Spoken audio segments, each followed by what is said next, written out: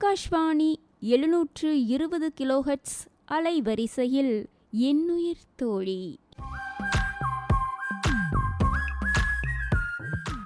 இன்றியமையா நொடிகள். செஞ்சிலுவை சங்கத்தின் திட்ட உதவியாளர் கே.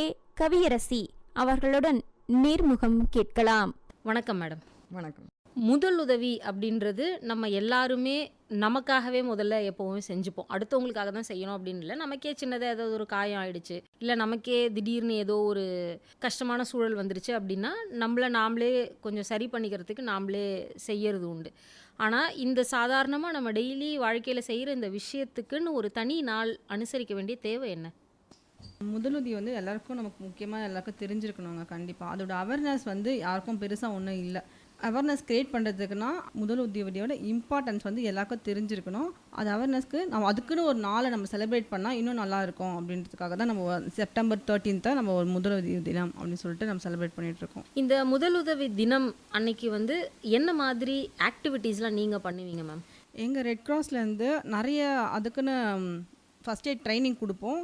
அந்த ட்ரைனிங் ஸ்டாஃபுக்கு நிறைய ஸ்கூலுக்கெலாம் போய்ட்டு அன்றைக்கின்னு ஒரு ஸ்பெஷல் ட்ரைனிங் கொடுத்து அதுக்கு சர்டிஃபிகேட்லாம் நாங்கள் பசங்களுக்கு ஸ்டாஃபுக்கெலாம் நாங்கள் கொடுப்போங்க. இப்போ அந்த மாதிரி பயிற்சி கொடுக்குறீங்கல்ல, சர்டிஃபிகேட் கோர்ஸ் மாதிரி ஒரு பயிற்சி கொடுத்து அதை அவங்க கரெக்டாக செஞ்சுட்டாங்க அப்படின்னா சர்டிஃபிகேட் கொடுக்குறோம் அப்படின்னு சொன்னீங்க. அப்போது என்ன மாதிரி விஷயங்கள்லாம் அவங்களுக்கு சொல்லிக் கொடுப்பீங்க? எவ்வளோ டைம் எடுத்துக்கும் அதை சொல்லிக் கொடுக்க? அந்த கோர்ஸோட டைம் 2 to 3 hours இருக்குது. சிங்கிள் டேயில் கூட இருக்குது, இல்லை 8 days கோர்ஸ் கூட இருக்குது. அந்த மாதிரி நிறைய கோர்ஸ் இருக்குது. அதில் அவங்க எதை சூஸ் பண்ணுறாங்களோ அந்த மாதிரி நாங்கள் ட்ரைனிங் சொல்லிக் கொடுப்போங்க. ஒரு நாளில் அப்படின்னும் போது ஒரு சிங்கிளான பேசிக்கான இருக்கிறது அந்த மாதிரி சொல்லித் தருவோம். ஒரு 8 daysனால் இன்னும் நல்லா போயிட்டு நம்ம சொல்லித் தருவோம். நம்ம மேம் இப்போ இந்த பேசிக்காக 2-3 மணி நேரத்தில் கூட சொல்லி கொடுத்துட முடியும் அப்படின்னு சொல்கிறீங்க இல்லையா? அந்த பேசிக் முதலுதவி அப்படின்றது என்னென்னலாம் மேம்? இப்போ பேசிக்கான்னு சொன்னால், இப்போ திடீர்னு ஒருத்தவங்க மயக்கடிச்சு விழுந்துட்டாங்க அப்படின்னும் போது நம்ம நேராக போயிட்டு நம்ம எதுவுமே பதட்டத்தில் ஒன்றுமே நமக்கு புரியாது. அவங்களுக்கு தண்ணி தெளித்து அந்த மாதிரி எழுப்பணும். இல்லை அவங்கள லெஃப்ட் சைடில் படுக்க வச்சு அவங்களுக்கு நல்லா ஒரு ப்ரெஷர் கொடுத்து அதை மாதிரி பண்ணுறது. ஒரு ஹார்ட் பீட்டு ஸ்டாப் ஆகிற மாதிரி இருக்காங்க, ப்ரீத்திங் இஷ்யூஸ்னால் அதை மாதிரி நம்ம பண்ணலாம்.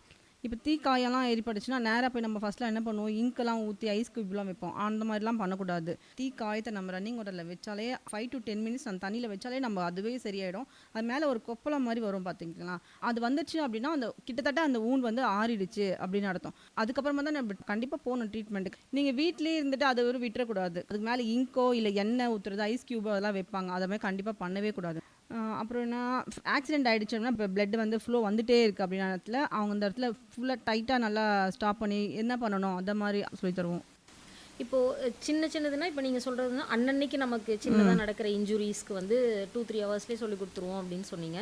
இப்போ 8 நாள் கோர்ஸ்லாம் வைக்கிறோம் அப்படின்னு சொல்கிறீங்க இல்லையா? அதுக்கு என்னென்ன மாதிரி ஃபஸ்ட் எய்ட் சொல்லி கொடுப்பீங்க? இப்போ ஹார்ட் ரொம்ப ஸ்டாப் ஆகிடுச்சு, ஒன்றுமே வரல, அவங்க ப்ரீத்தே இல்லை அப்படின்ற நேரத்தில் சிபிஆர் சொல்லிட்டு ஒரு மெத்தட் இருக்குது. அதை எப்படிலாம் ப்ரெஸ் பண்ணணும், எந்த லெவலில் ப்ரெஸ் பண்ணணும், எவ்வளோ ப்ரெஷர் கொடுக்கணும், அதை மாதிரி கொஞ்சம் டீட்டெயிலாக சொல்லி தருவாங்க அந்த 8 days கோர்ஸில்.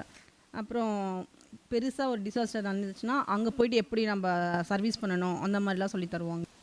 இப்போ நீங்கள் சொல்கிற மாதிரி உங்ககிட்ட ட்ரைனிங் எடுத்துக்கிட்டு அது நீங்கள் சொல்கிற பேசிக் ஃபஸ்ட் எய்டாக இருந்தாலும் சரி, இல்லைன்னா நீங்கள் சொல்லிக் கொடுக்குற அந்த 8 நாளைக்கு நடத்துகிற அந்த கோர்ஸ் அட்டன் பண்ணவங்களாக இருந்தாலும் சரி, அவங்கக்கிட்ட அந்த சர்டிஃபிகேட் இருக்குது அப்படின்னா அவங்க எங்கே வேணாலும் யாருக்கு வேணாலும் இப்போ ஒரு பொது இடத்துல நீங்கள் சொல்கிற மாதிரி இப்போ நம்ம ஒரு ட்ராவல் பண்ணிகிட்ருக்கோம், ஒரு ட்ரெயின்லேயோ பஸ்லேயோ ட்ராவல் பண்ணுறோம். இப்போ திடீர்னு யாருக்கோ ஒரு நெஞ்சு வலி வருது, ஒரு அட்டாக் வருது அப்படின்னா இந்த சர்டிஃபைடு இந்த ஃபஸ்ட் எய்டு ஹெல்ப்பர்ஸ் அவங்களுக்கு போய் பண்ணலாம், அப்படி தானே? கண்டிப்பாக பண்ணலாங்க.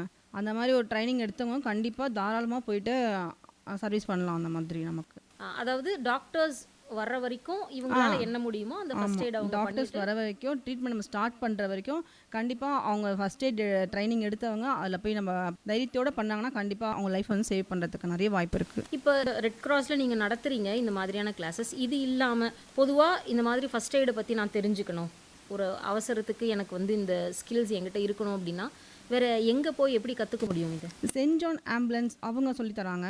அப்புறம் நிறைய கவர்மெண்ட் ஸ்கூலு, கவர்மெண்ட் காலேஜில், மெடிக்கல் காலேஜ்லலாம் பார்த்திங்கன்னா இந்த ட்ரைனிங் எடுக்கிறாங்க. அங்கே போய் நம்ம கற்றுக்கலாம். எங்கள் இந்தியன் ரெட் கிராஸ் சொசைட்டிலையும் நாங்கள் சொல்லி தந்துட்டுருக்கோங்க. இப்போ இது இல்லாமல் பொதுவாக இப்போ இந்த மாதிரி ட்ரைனிங்லாம் எதுவுமே என்னால் எடுத்துக்க முடியல, எனக்கு அதெல்லாம் தெரியாது, ஐ எம் நாட் ட்ரெயின்டு, ஆனால் கூட சாதாரணமாக நமக்கு வீட்டில் இருக்கிறவங்க யாருக்கோ ஒரு சின்ன இன்ஜுரி, அந்த மாதிரி ஏதோ வந்துடுது. இப்போது கிச்சன்லேயே நமக்கு நிறைய இன்ஜுரிஸ் வரும். கையில் இல்லைன்னா முகத்தில் எண்ணெய் பட்டுடும், இல்லைன்னா சுடு தண்ணி கொட்டிப்போம், இல்லைன்னா சின்னதாக வெட்டுக்காயம் ஏதாவது ஏற்படும் நம்ம காயெல்லாம் நறுக்கும்போது.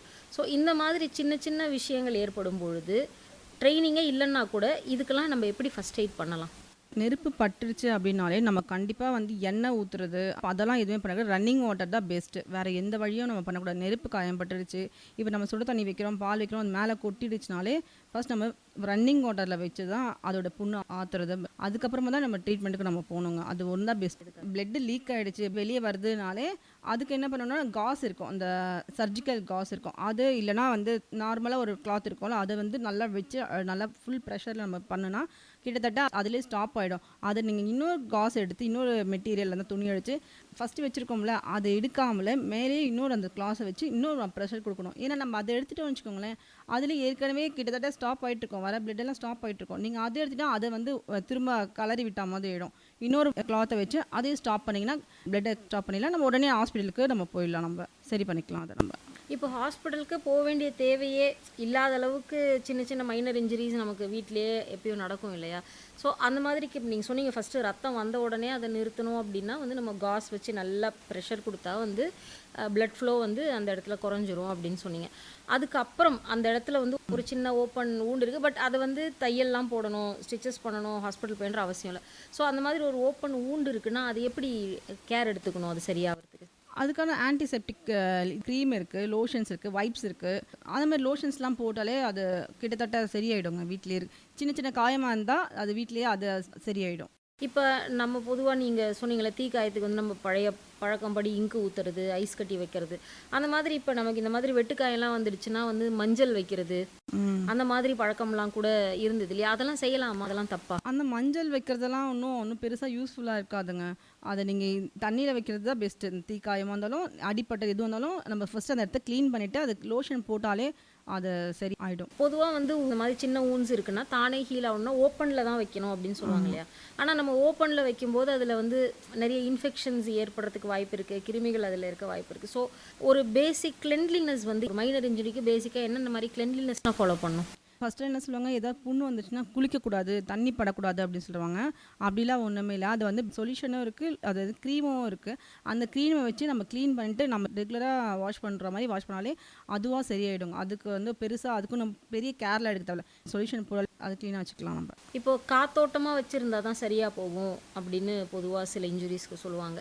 ஆனால் அந்த மாதிரி காத்தோட்டமாக வச்சுருக்கிறதுனால மேலே மேலே அந்த இன்ஜுரி சில நேரங்கள் அதிகமாக கூட வாய்ப்பு இருக்கு இல்லையா? ஸோ என்னென்ன மாதிரி இன்ஜுரிஸ்க்கு வந்து நம்ம அந்த மாதிரி கவர்டாக வச்சுக்கணும், இல்லை எதுக்கெல்லாம் வந்து ஓப்பனாகவே வச்சுக்கிட்டாலே சேஃப்னு இருக்கலாம்? எல்லாத்துக்குமே நம்ம ஓப்பனாகவே வச்சுக்கலாம். ஃபஸ்ட்டு நம்ம அது மேலே சும்மா கை வச்சுட்டு அந்த மாதிரி நம்ம வேறு எதாவது சாப்பிட்ருப்போம், வேறு ஏதாவது டஸ்ட்டில் எதாவது கை வச்சுருப்போம், அந்த கையோடு நம்ம போயிட்டு அங்கே வச்சா மட்டும்தான் அதில் வந்து ஏதாவது இன்ஃபெக்ஷன் ஆகும். தவிர மற்றபடி எந்தமே இன்ஃபெக்ஷன்ஸ் ஆகும். நம்ம பெரிய சர்ஜரிஸ் எதனா பண்ணியிருப்போம். லேட்டஸ்ட்டாக என்னோடய ஹஸ்பண்ட் கூட பெரிய ஒரு சர்ஜரி பண்ணியிருந்தாங்க, பைபாஸ் மாதிரி பண்ணியிருந்தாங்க. அதில் வந்து 2-3 டேஸில் வந்து ஓப்பனாகவே விட்டுட்டாங்க. அது நானே கேட்டிருந்தேன், என்ன இது மாதிரிலாம் பண்ணலாமா அப்படின்ற மாதிரிலாம் கேட்டிருந்தோம். அப்படிலாம் ஒன்றுமே பிரச்சனை இல்லை, அது அப்படியே ஓப்பனாகவே விடுங்க, அதுவாக சரியாயிடும் அப்படின்ற மாதிரி நம்ம சொல்லி கொடுத்தோம். இவ்வளோ பெரிய சர்ஜரியே நம்ம வந்து ஓப்பனில் விட சொல்லும் போது வீட்டில் இருக்கிற குட்டி குட்டி காயங்களுக்கு ஒன்றுமே பண்ணாது. நம்ம க்ளீனாக வச்சுருக்குது, குளிக்கணும் டெய்லி, அந்த தண்ணி போட்டு க்ளீன் பண்ணாலே அது ஒன்றுமே ஆகாதுங்க, சரி பண்ணிக்கலாம் நம்ம வீட்டிலேயே வச்சுட்டு. இப்போ பொதுவாக ஃபஸ்ட் எய்ட் டே அப்படின்னு ஒன்று இருக்குது அப்படின்றதே வந்து நிறைய பேருக்கு தெரியாது. நம்ம போய் மெனக்கிட்டு என்னென்னலாம் டேஸ் இருக்குது யுனைடெட் நேஷன்ஸினுடைய லிஸ்ட்டில் அப்படின்னு பார்த்தா தான் இப்படி ஒரு நாள் இருக்குது அப்படின்னு நமக்கு தெரியும். ஏன்னா இதனுடைய முக்கியத்துவம் வந்து நமக்கு தெரியறதே இல்லை இல்லையா? ஸோ இப்போ இதுக்கான விழிப்புணர்வு இருக்குன்னு நீங்கள் நினைக்கிறீங்களா? அதுக்கான ஃபஸ்ட் எய்டுக்குன்னு ஒரு டே இருக்குது அப்படின்ற விழிப்புணர்வு கொஞ்சம் கம்மியாக தாங்க இருக்குது. அதுவும் நம்ம சிட்டி சைடில் பார்த்தீங்கன்னா கொஞ்சம் ஓரளவுக்கு பரவலாக இருக்குது. ஆனால் கிராமப்புறங்களுக்கு அந்த மாதிரி ஒரு டே இருக்குது அப்படின்னு ஒன்று எதுவுமே தெரியாமல் தான் இருக்காங்க. நாங்களும் இந்தியன் ரெட் கிராஸ் சொசைட்டிலேருந்து நிறைய போயிட்டு நாங்கள் அவங்க சர்வீஸ் பண்ணுறோம். எல்லா ஸ்டேட்லேயும் போயிட்டு நம்ம கிராமங்களுக்கு நம்ம அதுக்குன்னு ஒரு ட்ரைனிங் வச்சு அதுக்குன்னு ஒரு ப்ரோக்ராம்லாம் கண்டக்ட் பண்ணி நம்ம சொல்லிட்டு தான் இருக்கோம். அதுக்கான அவேர்னஸ் இன்னும் பெருசாக வரல, நம்ம இன்னும் பண்ணிட்டு தான் இருக்கோம். அதை இன்னும் கண்டினியூ பண்ணணும் நம்ம. இப்போ இந்த டே பற்றின அவேர்னஸ் இல்லைன்னு சொல்லுவீங்களே, பொதுவாகவே ஃபஸ்ட் எய்டு பற்றின அவேர்னஸ் வந்து மக்களுக்கு இருக்குதுன்னு நினைக்கிறீங்களா? ஏன்னா நம்ம ஏதாவது ஒன்று நடந்துட்டால் பதட்டமாக தான் ஆகிறோம். நம்ம உடனே ஹாஸ்பிட்டல் கொண்டு போகணும், இல்லைன்னா டாக்டரை கூப்பிடணும், இல்லைன்னா ஆம்புலன்ஸை கூப்பிடணும் அப்படின்னு தான் நம்ம நினைப்பேமே ஒழிய இந்த ஒரு அரை மணி நேரம் ஒரு ஆம்புலன்ஸ் வர வரைக்கும், இல்லை இது ஒரு டாக்டர் வர வரைக்கும், இல்லை ஹாஸ்பிட்டல் ரீச் பண்ணுற வரைக்கும், அந்த நேரத்தில் நம்மளால கூட எதுவும் செய்ய முடியும் அப்படின்ற அவேர்னஸ் இருக்கிறத பார்க்குறீங்களா? அந்த மாதிரி ஃபஸ்ட்டு அந்த அவேர்னஸே இல்லாமல் இருந்தாங்க. இப்போ கொஞ்சம் பரவாயில்லங்க. அந்த ஏதாச்சும் பண்ணணும், நம்ம ஃபர்ஸ்ட் எய்ட் பண்ணணும் அப்படின்ற அவேர்னஸ் கொஞ்சம் ஓரளவுக்கு வந்திருக்கு. அந்த ஆம்புலன்ஸ் வர வரைக்கும், நம்ம ட்ரீட்மெண்ட் ஸ்டார்ட் பண்ணுற வரைக்கும் ஒரு அவேர்னஸ் வந்திருக்கு. என்ன பண்ணணும் அப்படின்றது வந்திருக்குங்க. இந்த அவேர்னஸ் இப்போ கொஞ்சம் இருக்குன்னு சொல்கிறீங்க இல்லையா? இது எதனால் இப்படி ஒரு அவேர்னஸ் வந்திருக்கு? இதனால் நிறைய டெத்து நம்ம ஃபஸ்ட்டாக ரொம்ப பார்த்துருப்போம். இப்போ அதில் கொஞ்சம் கம்மியாக இருக்குது. எதனால இந்த அவேர்னஸ் கொஞ்சம் நிறைய பேருக்கு தெரிய வந்திருக்கு. ஆக்சிடென்ட் ஆனாலும், ஏதாவது பிரச்சனை வந்தாலும், மயக்கடிச்சு விழுந்தா அந்த மாதிரிலாம் நிறைய அதனால எப்படி பண்ணணும் அப்படின்றது நம்ம தெரிஞ்சிருக்காங்க. நிறைய மக்களும் சோஷியல் மீடியாவில் போயிட்டோம், எப்படி பண்ணணும், என்ன பண்ணணும்னு தெரிஞ்சு அவேர்னஸோடு தான் நம்ம பண்ணிகிட்டு இருக்காங்க. அதனால் இப்போ டெத் ரேட்டும் கம்மியாக இருக்குது. ஸோ ஃபர்ஸ்ட் எய்டு பண்ணுறதுனால டெத் ரேட் கண்டிப்பாக கம்மியாக இருக்குங்க. ஃபர்ஸ்ட்டை விட இப்போ ரொம்பவே கம்மியாக இருக்குது இது டெத் ரேட். கேட்குறதுக்கு ரொம்ப ப்ராமிசிங்காக, ரொம்ப சந்தோஷமாக இருக்குது இதை கேட்குறதுக்கு. ஸோ நம்மளுமே நம்ம பக்கத்தில் இருக்கிற எவ்வளோ இழப்புகளை குறைக்கணும் அப்படின்னா நமக்கு பேசிக்காக கண்டிப்பாக இந்த ஃபர்ஸ்ட் எய்ட் தெரிஞ்சுக்கணும்னு சொல்கிறீங்க. ஓகே, இப்போ எந்த அளவுக்கு மேம் ஒருத்தருடைய உயிரை நம்ம காப்பாற்ற முடியும் ஃபர்ஸ்ட் எய்டால்? இல்லை என்ன மாதிரி சூழ்நிலைகளில் நம்மளால் உண்மையிலே ஃபர்ஸ்ட் எய்ட்னாலே ஒருத்தரோட உயிரை காப்பாற்ற முடியும்? இந்த ஃபர்ஸ்ட் எய்ட் பண்ணுறதுனால ஒரு 60 to 70% ஒருத்தவங்க லைஃப்பை நம்ம கண்டிப்பாக சேவ் பண்ணலாங்க. கரெக்டாக நம்ம ட்ரைனிங் எடுத்துகிட்டு இருக்கணும்னா, கரெக்டான முறையில் நம்ம அவங்க ஃபர்ஸ்ட் எய்ட் பண்ணோன்னா அவங்களோட லைஃப்பை நம்ம ஃபுல்லாகவே நம்ம சேவ் பண்ணலாம். ப்ராக்டிஸ் இல்லாமல் நம்ம பண்ணோன்னா அதனால் வேறு ஏதாவது ரிஸ்க் வரத்துக்கும் வாய்ப்பு இருக்குது. ஃபஸ்ட் ட்ரைனிங் இல்லாமல் நம்ம எதுவும் பண்ண முடியாது. ட்ரைனிங் இருந்தால் கண்டிப்பாக நம்ம சேவ் பண்ணலாம் அவங்க லைஃப்பை. இப்போது நான் ஏன் கேட்குறேன் அப்படின்னா, பெரும்பாலும் நம்ம பார்க்குறது என்ன அப்படின்னா, அந்த டைமில் தான் நம்ம நிறைய உயிர்களை மிஸ் பண்ணிவிடுவோம். கொஞ்சம் முன்னாடியே நம்ம ஏதாவது பண்ணியிருந்தா, கொஞ்சம் முன்னாடி ஹாஸ்பிட்டலுக்கு கொண்டு போயிருந்தா, இல்லை ஹாஸ்பிட்டலுக்கு ரீச் ஆக டைம் ஆகும்போது கொஞ்சம் முன்னாடி ஏதாவது ஃபஸ்ட் எய்ட் பண்ணியிருந்தால் ஒருவேளை அந்த உயிரை நம்ம காப்பாற்றிருக்கலாம். இல்லை அந்த அடிப்பட்டவங்களுக்கு பின்னாடி ஏற்பட்ட ஏதோ ஒரு பெரிய இழப்பை கூட முன்னாடி காப்பாற்றிருக்கலாம். அந்த மாதிரி சொல்கிறாங்க இல்லையா? அதனால தான் நான் கேட்குறேன், எந்தெந்த மாதிரி விஷயங்களுக்கு என்னென்ன மாதிரி நம்ம செஞ்சால் எவ்வளோ தரம் உங்கள் லைஃப்பை நம்ம சேவ் பண்ணிடலாம்? இப்போ ரோடு ஆக்சிடெண்ட்டு, ஃபயர் ஆக்சிடெண்ட்லாம் நிறைய நடக்குது. அவங்களுக்குலாம் உடனே ட்ரீட்மெண்ட்டை நம்ம கொடுக்கணும்.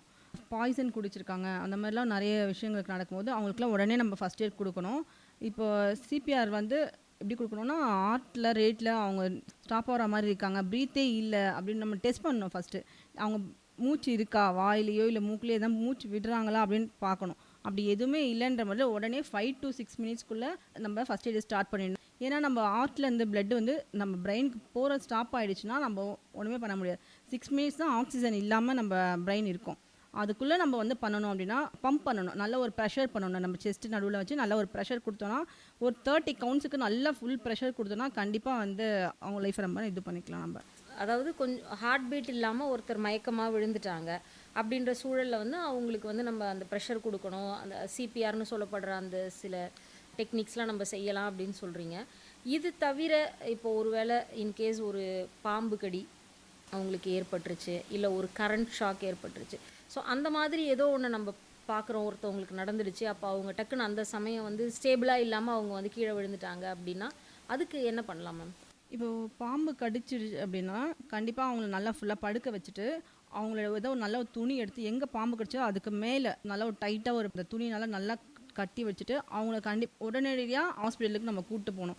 அந்த பாய்சன் வேறு எங்கேயும் ஸ்ப்ரெட் பண்ணாமல் இருக்குது, உடனடியாக அதெல்லாம் அவங்களுக்கு ட்ரீட்மெண்ட் கொடுக்கணுங்க. இப்போ மயக்கடிச்சு விழுந்துட்டாங்க, கரண்ட் ஷாக் அடிச்சுன்னா நம்ம அவங்கள போய் டச் பண்ணாமல் நம்ம கொஞ்சம் சேஃபாக இருந்துட்டு அவங்க ஸ்டிக் மூலயமா அவங்கள கொஞ்சம் நம்ம விலகி வச்சுட்டு அவங்களுக்கு உடனே ப்ரீத்திங் கொடுக்கறதுக்கு ஸ்டார்ட் பண்ணணும். அந்த சிபிஆர்னு சொல்கிறது அவங்களுக்குமே கரண்ட் ஷாக் ஆனவங்களுக்கும் ப்ரீத்திங் கொடுக்கணுன்னா வாய் வழியாக நம்ம இது பண்ணலாம். இல்லாட்டி சிபிஆர் சொல்லக்கூடிய அந்த ப்ரெஷர் நமக்கு அவங்களுக்கும் கொடுக்கலாம். இப்போ பாம்பு கடி அப்படின்னு நீங்கள் சொல்லும் பொழுது இதை பற்றி நிறைய பழைய ப்ராக்டிசஸ்லாம் இருந்திருக்கு இல்லையா? எங்கே கடிச்சிச்சோ அந்த ஸ்பாட்டுக்கு மேலே கட்டிடணும் டைட்டாக, பிளட் ஃப்ளோ ஆகாமல், அப்போ தான் அந்த பாய்சன் கலந்த ரத்தம் மற்ற உறுப்புகளுக்கு பாயாமல் இருக்கும் அப்படின்னு சொல்லுவாங்க. இன்னொன்று என்னென்னா, அந்த இடத்த கீறிடணும், கீறி அதில் உள்ள ரத்தத்தை வெளியில் எடுத்துடணும், அந்த விஷம் உள்ள ரத்தத்தை அப்படின்லாம் சொல்லுவாங்க. இதெல்லாம் சரிதானா? அது கீறுறது அதெல்லாம் நம்ம எதுவுமே பண்ணக்கூடாது. அந்த துணிய வேணா நம்ம கட்டிட்டு உடனே நம்ம ஹாஸ்பிட்டலுக்கு கூட்டு போறது தான் நல்லது. டாக்டர்ஸ் வந்து அதுக்கான ட்ரீட்மெண்ட்ட ஸ்டார்ட் பண்றது. அதுதான் சரியான முறையே தவிர, நம்ம அந்த இடத்துல கீறதோ, இல்ல வாய் வச்சு அந்த பாய்சன எடுக்கணும் அப்படிலாம் சொல்லுவாங்க. அந்த மாதிரிலாம் எதுவுமே பண்ணக்கூடாது. நம்ம வாய் வச்சு பண்றதோ, கை வச்சு பண்றதோ எதுவுமே பண்ணக்கூடாது. கட்டிட்டு ஹாஸ்பிட்டலுக்கு கூட்டு போறது தான் கரெக்டான இருக்கும். அப்ப கட்டுறது சரிதான்னு சொல்றீங்க. அதாவது கரெக்ட். எங்க வந்து அந்த காயம் இருக்கோ அதுக்கு மேல அதுக்கு வந்து மேல் டைட்டா பக்கத்துல கட்டிடணும். கரெக்ட். சில நேரங்கள்ல அப்படி கட்டுறதே கூட தவறுன்னு சொல்றாங்களே. ஏன்னா அந்த இடத்துல வந்து ரத்த ஓட்டம் மத்த இடங்கள்ல இருந்து அந்த இடத்துக்கே ரத்த ஓட்டம் போகாம போயிடும். நம்ம உடனடியா கூட்டு போறோம்ல, அதனால ஒண்ணும் பெருசா ஒண்ணும் இது ஆகாது. அது கட்டுறது தான் கரெக்டா இருக்குங்க. இப்ப இந்த கட்டுறதுன்னா எப்படி கட்டணும், எதால கட்டணும், அந்த மாதிரி ஏதாவது அதுக்கு ஸ்பெசிஃபிக்கா இருக்கா? நார்மல் ஒரு கர்ச்சிஃபோ அதை வச்சு நம்ம கட்டினாலே போதுமானதாக தான் இருக்கும். ரொம்ப போட்டு கயிறு வச்சு கட்டணும் அப்படிலாம் கிடையாது. சும்மா ஒரு டைட் கட் பண்ணிட்டு கூட்டு போகிறது தான் கரெக்டாக இருக்கும். இன்னொன்று வந்து அவங்க தூங்கிடக்கூடாது. இந்த மாதிரி ஏதாவது ஒரு விஷக்கடி ஏற்பட்டுருச்சு அப்படின்னா அவங்க வந்து தூங்க விடக்கூடாது, அவங்க நடக்கக்கூடாது, அப்போ ரத்தம் வேகமாக பாயும், அந்த மாதிரிலாம் சொல்கிறாங்க இல்லையா, அதெல்லாம் உண்மைதானா? அந்த மாதிரியே தூங்க விடக்கூடாது அந்த மாதிரிலாம் எதுவுமே இல்லைங்க. நார்மலாகவே இருக்கலாம். அவங்கள ஹாஸ்பிட்டலுக்கு கூட்டு போகிறது தான் நல்லது தவிர தூங்க விடக்கூடாது, அவங்கள நடக்க விடக்கூடாது, சாப்பிடக்கூடாது அப்படின்னு சொல்கிறதெல்லாம் அதெல்லாம் சும்மா ஒரு கட்டுக்கதை தாங்க. ஒன்று சொல்லுவாங்கள்ல மேம், அவங்களே நடந்தால் வேகமாக ரத்தம் பாய்ஞ்சிரும்னு சொல்லுவாங்க இப்போ பாம்பு கடிலாம் ஏற்பட்டால். இன்னொன்று அவங்களுக்கு கொண்டு போகும்போது நடத்தி கூட்டிகிட்டு போகக்கூடாது, படுக்க வச்சு கட்டிலில் தான் தூக்கிட்டு போவாங்க தெரியுமா, அதனால கேட்குறேன். அந்த மாதிரி இன்னொன்று வந்து தூங்காமல் அவங்கள பார்த்துக்கணும் அப்படி ஏன்னா தூங்குனா கொஞ்சம் ரொம்ப சீரா அப்படி பிளட் ஃப்ளோ ஆகிடும் அப்படின்ற மாதிரிலாம் சொல்லுவாங்களே, அதனால அப்படிலாம் இல்லைங்க. அவங்களால நடக்க முடியாது, அதனால தான் அவங்கள கட்டில் வச்சு தூக்கிட்டு போகிறாங்களே தவிர மற்றபடி நடக்கக்கூடாதுன்றதுக்காக கிடையாது. அவங்க திடீர்னு மயக்கமாக ஆகிடுவாங்களா, ஒரு விஷம் ஏறிடுச்சு அப்படின்னமோ மயக்கமாயிடுவாங்க. அதனால தான் அவங்கள கட்டில் வச்சு தூக்கிட்டு போகிறது எல்லாமே. அப்படி தான் பண்ணணுன்றது அவசியம் கிடையாது. இப்போது ஃபஸ்ட் எய்ட் அப்படின்னும் போது இந்த மைனர் இன்ஜுரிஸ்லாம் தாண்டி ஒரு உயிரை காப்பாற்றுற அளவுக்கு ஃபஸ்ட் எய்ட் அப்படின்னாலே வந்து பொதுவாக சிபிஆர் அப்படின்ற ஒரே ஒரு டெக்னிக் தான் நம்ம எல்லாருக்குமே தெரியும். சிபிஆர் அப்படின்னா நம்ம எல்லாரும் பார்த்துருப்போம், நிறைய சினிமாலலாம் வந்து யாராவது வந்து மூச்சு திணறி விழுந்துட்டாங்க இல்லைன்னாக்கா அவங்களுக்கு ஹார்ட் பீட் வந்து குறையிற மாதிரி இருக்குது அப்படின்னா அவங்களுடைய நெஞ்சில் வந்து நம்மளுடைய 2 கைகளையும் வச்சு அழுத்த சொல்லுவாங்க, இதயம் இருக்கிற பக்கம் அழுத்த சொல்லுவாங்க லெஃப்ட் சைடில். அதுக்கப்புறம் வந்து வாயோட வாய் வச்சு வந்து அவங்களுக்கு கொஞ்சம் மூச்சு காற்று கொடுக்கணும் அப்படின்னு இதான் நம்ம காமனாக பார்த்துருக்கோம். இது ரெண்டுமே வந்து கரெக்டான வழிமுறை தானா? சிபிஆர்ன்றது அந்த நெஞ்சோடு வச்சு அழுத்துறது தான் நாங்கள் கரெக்டான முறை. அது பண்ணிட்டு அப்புறம் தான் நம்ம ஹாஸ்பிட்டலுக்கு அதுலேயே நமக்கு அவங்களுக்கு ப்ரீத் வந்துடும். அது உடனே ஹாஸ்பிட்டலுக்கு கூப்பிட்டு போகணும். அவங்களுக்கு 2 செஸ்ட்டுக்கு நடுவில் கையை வந்து கோர்த்தா மாதிரி வச்சுட்டு அவங்களுக்கு நல்ல ஒரு 30 கவுண்ட்டுக்கு நல்ல ஒரு ப்ரெஷர் கொடுக்கணும். அவங்களுக்கு ப்ரெஷர் கொடுத்துட்டே இருக்கணும் கண்டினியூஸாக. கொடுத்தாலே அவங்களுக்கு கொஞ்சம் ப்ரீத் வெளியே வந்துடுவாங்க அவங்களுக்கு. அதில் இந்த வாயோட வாய் வச்சு வந்து சுவாசம் கொடுக்கறதுன்னு சொல்கிறாங்களே, அது சரிதானா? அது நமக்கு தெரிஞ்சவங்க அப்படின்னா ஓகேங்க. யாருன்னு தெரியாத ஒரு நபர் அப்படின்னும் போது ஒரு கிளாத் மாதிரி ஏதாவது கர்ச்சிஃபோ அதை மாதிரி வச்சுட்டு நம்ம வந்து ப்ரீத் அவங்களுக்கு கொடுத்தோன்னா அதுக்கு ஒரு நல்ல கரெக்டான முறையாக இருக்கும். இல்லை நான் என்ன கேட்குறேன்னா அந்த டெக்னிக் கரெக்ட். இப்போது நீங்கள் கேட்ட மாதிரி அந்த மூச்சு வந்து வரணும்னா வாயோட வாய் வச்சு மூச்சு கொடுக்கறது வந்து கரெக்டான கேட்டால் அது கரெக்டான ஒரு வழிமுறையாக தான் இருக்கும். நம்ம கிளாத்தை வச்சுட்டு அதை மூச்சு கொடுத்து கரெக்டான ஒரு வழிமுறையாக தாங்க இருக்கும். அது கண்டிப்பாக பண்ணலாம். அது இந்த சிபிஆர் முறையை வந்து இந்த மாதிரி ட்ரைனிங் எடுத்துக்கிட்டவங்க தான் பண்ணணுமா, இல்லை அவசரத்துக்கு யார் வேணாலும்? இப்போ நீங்கள் சொன்னீங்க இல்லையா, நம்ம எப்படி செய்யணும் அப்படின்னு சொன்னீங்க, கரெக்டாக எங்கே கையை வச்சு செய்யணும் அப்படிலாம் சொல்கிறீங்க இல்லையா, அவசரத்துக்கு பயன்படுத்தலாமா, இல்லை ட்ரெயின் ஆனவங்க மட்டும்தான் இதை செய்யணுமா? சிபிஆர் வந்து பண்ணணும் அப்படின்னா நல்ல ஒரு ட்ரைனிங் இருக்கவங்க பண்ணதான் கரெக்டாக இருக்கும். அது இல்லாமல் வேற ஒருத்தவங்க மற்றவங்க பண்ணலாம் அப்படின்னா அவங்களுக்கு வந்து தெரிஞ்சிருக்கணும் அதை பற்றி கொஞ்சம் எப்படி பண்ணணுன்றது. அது இல்லாமல் கொஞ்சம் அவங்க தைரியமாகவும் ஒரு கான்ஃபிடென்ட்டாக பண்ணாங்கன்னா அதுவும் ஓரளவுக்கு நமக்கு யூஸ்ஃபுல்லாக இருக்கும். ஆனால் வந்து ட்ரைனிங் எடுத்து பண்ணுறது தான் பெஸ்ட்டாக இருக்கும். நான் வந்து ஒன்று கேள்விப்பட்டிருக்கேன், அது சரியாக தப்பான்னு நீங்கள் சொல்லுங்கள். இந்த மாதிரி சிபிஆர் வந்து பயிற்சி இல்லாமல் செய்யும்பொழுது நமக்கு என்னென்னா, நமக்கு வேண்டியவங்க அந்த மாதிரி விழுந்து கிடக்குறாங்கன்னும் போது எப்படியாவது அவங்களை காப்பாற்றணுன்ற பதட்டம் தான் இருக்கும் இல்லையா. ஸோ நம்ம எல்லாருக்குமே தெரிஞ்சது என்னென்னா 2 கைகளையும் வச்சு அவங்க நெஞ்சில் நம்ம வந்து அழுத்தணும், முடிஞ்ச வரைக்கும் ஹார்டாக அழுத்தணும், அப்போ அவங்களுக்கு கொஞ்சம் மூச்சு கிடைக்கும் அப்படின்னு. அந்த மாதிரி செய்யும் பொழுது நிறைய ரிப் கேஜில் வந்து இந்த விலா எலும்புகள் வந்து ஃப்ராக்சர் ஆகிறதுக்கு கூட வாய்ப்பு இருக்குது, நம்ம தவறாக செஞ்சுட்டான்னு சொல்கிறாங்களே, அது உண்மைதானா? தவறாக செஞ்சால் நீங்கள் சொன்ன மாதிரி அந்த ரொம்ப ப்ரெஷர் கொடுத்து நம்ம பண்ணால் ரிப் வந்து உடையிறதுக்கான வாய்ப்பு அப்படிலாம் எதுவும் இல்லை. நம்ம வந்து பொசிஷனை மாற்றி வச்சு பண்ணால் மேபி அதை மாதிரி ஆயிருக்கலாம். அதுக்கு தான் ட்ரைனிங் வேணும்னு சொல்கிறது. அந்த சிபிஆர் பண்ணுறதுக்கு ஒரு ட்ரைனிங் இருந்தால் இன்னும் பெஸ்ட்டாக அவங்க பண்ணுவாங்க. எந்த இடத்துல பொசிஷன் வைக்கணும், எப்படி கையை வைக்கணும், எவ்வளோ ப்ரெஷர் கொடுக்கணுன்றது அவங்களுக்கு கரெக்டாக தெரியும். அதனால் அவங்க ட்ரைனிங் எடுத்து பண்ணால் இன்னும் கரெக்டாக இருக்கும்னு நினைக்கிறேன். இப்போது உங்ககிட்ட ட்ரைனிங் எடுத்துக்கிறாங்கன்னு சொல்கிறீங்க இல்லையா, ஃபஸ்ட் எய்டு பண்ணுறதுக்கு இந்த மாதிரி 1 டே கோர்ஸோ இல்லை 8 டே கோர்ஸோ, அது வந்து என்ன மாதிரி ஏஜ் குரூப்பில் உள்ளவங்க நிறையா வர்றதை நீங்கள் பார்க்குறீங்க? இப்போ காலேஜில் ஸ்கூல்லலாம் நிறைய எங்கள் கேட்பாங்க ட்ரைனிங் எங்கள் கொடுங்க அப்படின்ட்டு. இப்போலாம் வந்து பார்த்திங்கன்னா நிறைய ஆஃபீஸில் ஸ்டாஃப் எல்லாமே கிட்டத்தட்ட 1500 கிட்ட நாங்கள் ஸ்டாஃபுகளுக்கு நாங்கள் ட்ரைனிங் கொடுத்துருக்கோம். அவங்களுமே இது மாதிரி ஃபஸ்ட்டு எங்களுக்கு தெரிஞ்சுக்கணும், பக்கத்தில் ஒருத்தவங்களுக்கு முடியலன்ற மாதிரி நம்ம வேடிக்கை பார்க்கறதுக்கு உன்னால் முடியல, நான் எதனா பண்ணணும் அப்படின்ற மாதிரி அதை மாதிரி வந்து கேட்குறது நம்ம நிறைய பேர் பண்ணியிருக்கோம். ஸோ இந்த மாதிரி ட்ரைனிங்கில் நீங்கள் எடுத்துக்கிறதும் வந்து நீங்கள் வந்து ஒரு இந்த ஏஜ் தான் இருக்கணும், இல்லை இந்த மாதிரி தான் உங்களுக்கு ஒரு குவாலிஃபிகேஷன் இருக்கணும், அதெல்லாம் இல்லை. யார் வேணாலும் உங்ககிட்ட வந்து கற்றுக்கலாம். ட்ரைனிங் வந்து சின்ன பசங்க தான் எடுத்துக்கணும், பெரியவங்க தான் எடுத்துக்கணும் அப்படின்ல, ஒரு தைரியமாக இருக்காங்க அப்படின்னும் போது எல்லாருமே அந்த ட்ரைனிங்கை எடுத்துக்கிறது தான் பெஸ்ட்டு. எல்லாரும் இப்போ எடுத்துக்கிறாங்க, அதோட அவேர்னஸ் வந்து கொஞ்சம் அளவுக்கு வந்திருக்கு, அது எல்லாரும் எடுத்துக்கிறாங்க. இப்போ அதில் வந்து இப்போ பொதுவாக சொல்லுவாங்கள்ல, பெண்கள் வந்து கொஞ்சம் சீக்கிரம் டிஸ்டர்ப் ஆகிடுவாங்க, இமோஷனலாக டிஸ்டர்ப் ஆகிடுவாங்க. இப்போ நம்ம கண்ணு முன்னாடி ஏதோ ஒரு விஷயம் நடக்குது அப்படின்னா அவங்க போகிறத விட ஆண்கள் தான் முதல்ல ஓடி போய் ஒருத்தவங்களுக்கு ஒரு ஆக்சிடென்ட் ஆச்சுன்னா தூக்குவாங்க, இல்லை தைரியமாக செய்வாங்க. விமன் வந்து ஆக்சுவலாக இமோஷனலாக கொஞ்சம் பிரேக் ஆகிடுவாங்க அந்த மாதிரி சூழல்கள், நமக்கு வேண்டியவங்களுக்கு யாருக்காவது அப்படி ஆயிடுச்சு அப்படின்னா. ஸோ இந்த மாதிரி ஃபஸ்ட் எய்ட் கிளாஸஸ்க்கு வந்து விமன் நிறையா வராங்களா? விமனு ஜென்ஸ் அப்படிலாம் கிடையாது, எல்லாருமே வராங்க. இப்போலாம் நம்ம ஆக்சிடென்ட்லாம் பார்த்தீங்கன்னா லேடிஸுமே முன் வந்து நம்ம பண்ணுறாங்க. ஜென்ஸ் தான் பண்ணணும், லேடிஸ் தான் பண்ணணும், இப்போலாம் அதெல்லாம் எதுவுமே கிடையாது. பாகுபாதே இல்லாமல் எல்லாருமே வந்து கற்றுக்குறாங்க, எல்லாருமே பண்ணவும் செய்கிறாங்க. கிட்டத்தட்ட பார்த்தீங்கன்னா ஜென்ஸை விட விமன் வந்து கொஞ்சம் தைரியமாகவே செய்கிறாங்க. ஏன்னா அவங்க வீட்டுங்களில் அவங்களுக்கு தேவைப்படுது, அடுத்தவங்களுக்கு நான் உதவி பண்ணுறோமோ இல்லையோ நமக்கு தேவை அப்படின்ற மாதிரி அவங்க நிறைய விமனும் நிறைய கற்றுக்குறாங்க. இப்போ இந்த முதலுதவி செய்கிறது அப்படின்றது நம்ம பொதுவாக பார்க்குறது என்னென்னா, அவங்களோட உயிரை அந்த ஒரு சில நிமிடங்களில் நம்மளால் காப்பாற்ற முடியும், அதுக்காக தான் வந்து நம்ம அந்த முதலுதவி செய்யணும் அப்படின்னு நம்ம நினைக்கிறோம். ஆனால் நிறைய நேரங்களில் வந்து சில உடல் பாகங்கள் வந்து வெட்டுப்பட்டுடுது இல்லையா? ஒரு விரலோ இல்லாட்டி வந்து ஒரு கையோ காலோ கூட ஒரு பாகம், அதில் கூட சில விபத்துகள்லாம் நமக்கு வெட்டுப்பட்டுடும் இல்லையா? ஸோ அந்த மாதிரி நேரங்களில் எப்படி முதலுதவி செய்யலாம்? இப்போ முதலுதவின்றது சும்மா மயக்கடிச்சு விழுந்தால் அவங்களுக்கு மட்டும் பண்ணுறதுன்னு கிடையாதுங்க. இப்போ ரோடு ஆக்சிடெண்ட் ஆகும்போது அவங்களுக்கு ஒரு கை வெட்டிருச்சு, இப்போ வந்து ஒரு கால் ஆக்சிடென்ட் ஆச்சு, கால் போச்சு, ஒரு அந்த மாதிரி இடத்துல அவங்கள கண்டிப்பாக ஒரு ஓரமான ஒரு நல்ல ஒரு பிளேஸில் வச்சு நம்ம ஃபஸ்ட் நல்ல ஒரு வாஷ் பண்ணிட்டு, ஏன்னா நம்ம கையில் இருக்க டஸ்ட்டு வந்து அவங்ககிட்ட படக்கூடாதுன்றதுக்காக நல்ல ஒரு ஹேண்ட் வாஷ் பண்ணிவிட்டு, அவங்க கீழே விழுந்த அந்த பாகம் இருக்குங்களா, விரலோ ஏதோ ஒன்று, அதை வந்து நல்ல ஒரு கவரில் போட்டு ஜிப்லாக் மாதிரி அதை ஒரு கவரில் போட்டு நம்ம ப்ரிசர்வ் பண்ணிவிட்டு அவங்கள உடனடியாக டாக்டருக்கு நம்ம கூட்டு போகிறது நல்லது. அந்த அடிப்பட்ட நம்மளுடைய இடத்த வந்து ஒரு நல்ல ஒரு துணியை வச்சு நல்ல ஒரு பிளட்டை வந்து நல்ல ஒரு ப்ரெஷர் கொடுத்து அது பிளட்டை ஃபஸ்ட்டு ஸ்டாப் பண்ணணும். அது ஒரு பாகத்தை வந்து ஒரு கவரில் போட்டு ப்ரிசர்வ் பண்ணி உடனடியாக நம்ம அதை கூட்டு போய்ட்டு எடுத்துகிட்டு போனால் அவங்கள லாங் டேர்ம் டிசபிலிட்டி நம்ம ரெடியூஸ் பண்ணிக்கலாங்க. அதை நமக்கு வந்து ஸ்டிச் பண்ணி சர்ஜரி மாதிரி பண்ணி நம்ம அதை இது பண்ணிக்கலாங்க, டிசபிலிட்டி இருக்காது. அதுவுமே ஒரு முதலுதவி மாதிரி தான் அது. இப்போது அந்த வெட்டுப்பட்ட பாகத்தை வந்து நம்ம க்ளீனாக ஒரு ஜிப்லாக்ல நம்ம போட்டு பத்திரமா எடுத்துகிட்டு போகலாம் அப்படின்னு சொல்கிறீங்க. அப்படி நம்ம எடுத்துகிட்டு போகிறோம் அப்படின்னா அது எவ்வளோ நேரத்துக்கு உள்ளே வந்து அதை வந்து நம்ம கொண்டு போய் டாக்டர்ஸ் கிட்ட சேர்த்துட்டா ஆப்ரேஷன் பண்ணிட்டா அதை வந்து நம்ம ஊனம் இல்லாமல் நம்ம காப்பாற்றலாம் மேடம்? அந்த மாதிரி ஒரு இருக்கிற இடத்துல உடனே நம்ம டாக்டர்கிட்ட நான் கால் பண்ணி நான் இந்த மாதிரி ஆக்சிடென்ட் ஆகிடுச்சுன்றது கன்ஃபார்ம் பண்ணி சொல்லிவிட்டு அந்த பாகத்தை வந்து ஒருக்குள்ளே அந்த செல்ஸ்லாம் டெட் ஆகாமல் இருக்கிறதுக்குள்ள ஒரு 1/2 hour to 45 minutes அதை எடுத்துகிட்டு போயிட்டா நம்ம அதை கண்டிப்பாக அந்த டிஷ்யூஸ்லாம் நம்ம சாகாத அளவுக்கு பார்த்துட்டு அந்த சர்ஜரி பண்ணி நம்ம வச்சிடலாங்க. அதனால ஒன்றும் பாதிப்பு வராது.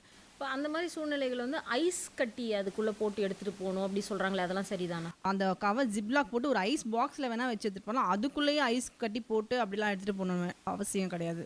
அது தனியாக நம்ம ஒரு ஐஸ் பாக்ஸில் வேணால் எடுத்துகிட்டு போய்ட்டு எதுவாக இருந்தாலும் உடனடியாக பண்ணணுங்க. இந்த மாதிரி பாகங்கள் தனியாக வந்துருச்சு அப்படின்னும் போது அது உடனே பண்ணுறது தான் கரெக்டாக இருக்கும். இப்போ பொதுவாக வந்து முதலுதவி அப்படின்னும் போது நமக்கு தெரிஞ்சது வந்து கார்டியாக் அரெஸ்ட் வந்தவங்களுக்கு நம்ம செய்வோம், அதாவது சிபிஆர் பண்ணுவோம், இல்லைனா திடீர்னு மயக்கம் போட்டு விழுந்துட்டாங்க அப்படின்னா அவங்களுக்கு ஏதோ ஆயிடுச்சு அப்படின்னு சொல்லிட்டு பண்ணுவோம். இவ்வளோ தான் நமக்கு தெரியும் எதுக்கு ஃபஸ்ட் எய்ட் பண்ணணும். இது இல்லாமல் வேறு என்னென்ன ஒருத்தருக்கு நடந்தால் நம்ம ஃபஸ்ட் எய்ட் பண்ணலாம்?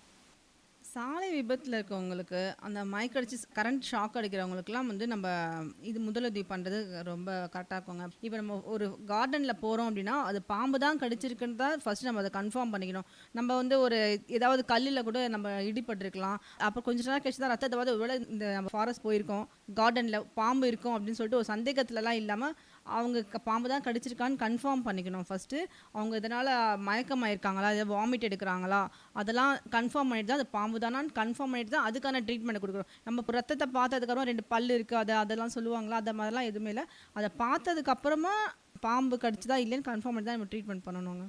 இப்போது நீங்கள் சொன்னீங்கல்ல வாந்தி எடுப்பாங்க, மயக்கம் வரும் அவங்களுக்கு, அப்போது அதுக்குள்ளே வந்து ரொம்ப லேட் ஆகிடாதா? ஏன்னா இந்த அறிகுறிகள்லாம் வந்து வருது அப்படின்னாலே கொஞ்சம் விஷம் அதிகமாக பரவிடுச்சு அப்படின்னும் போது தான் இதெல்லாம் வரும் இல்லையா ஆட்டோமேட்டிக்காக. ஆனால் நீங்கள் முதல்லே சொல்லியிருந்தீங்க பாம்பு கடிச்சா நம்ம ஃபஸ்ட்டு வந்து காலை வந்து கட்டிடணும், காலோ கையோ எங்கே அந்த காயம் இருக்கோ அந்த இடத்த வந்து நம்ம கர்ச்சீஃபால் கட்டிடணும் கொஞ்சம் டைட்டாக அப்படின்னு சொல்லியிருந்தீங்க. ஸோ நம்ம இது வரைக்கும் வெயிட் பண்ணி பார்க்க வேண்டிய தேவை இருக்கா? உண்மையிலே பாம்பு தான் கடிச்சிச்சா, உங்களுக்கு வந்து வேறு ஏதாவது பிரச்சனை வருதா, அதனால் மயக்கம் மாதிரி வாந்தி மாதிரி வருதான்னு வெயிட் பண்ணி பார்க்கணுமா? பாம்பு கடிச்சிருச்சு அப்படின்னா அவங்க கண்டிப்பாக வாயிலேருந்து ஏதோ நுர மாதிரியோ இல்லை வாமிட் மாதிரியோ அவங்க கண்டிப்பாக எடுப்பாங்க, இல்லை மயக்கமாயிடுவாங்க. அப்போ தெரிஞ்சுக்கலாம் நம்ம அதையும் வச்சு பார்க்கலாம். இந்த பல்லு மாதிரி இருக்கும்ல அதை வச்சு நம்ம கன்ஃபார்ம் பண்ணிக்கிறது பாம்பு தான் கடிச்சிருக்கு. அதுக்கப்புறமா தான் அந்த கட்டுறது அதெல்லாம் பண்ணிவிட்டு இந்த மாதிரி கேஸ்க்கெலாம் நம்ம உடனே ஹாஸ்பிட்டலுக்கு கூட்டு போகிறது தான் கரெக்டாக இருக்கும்.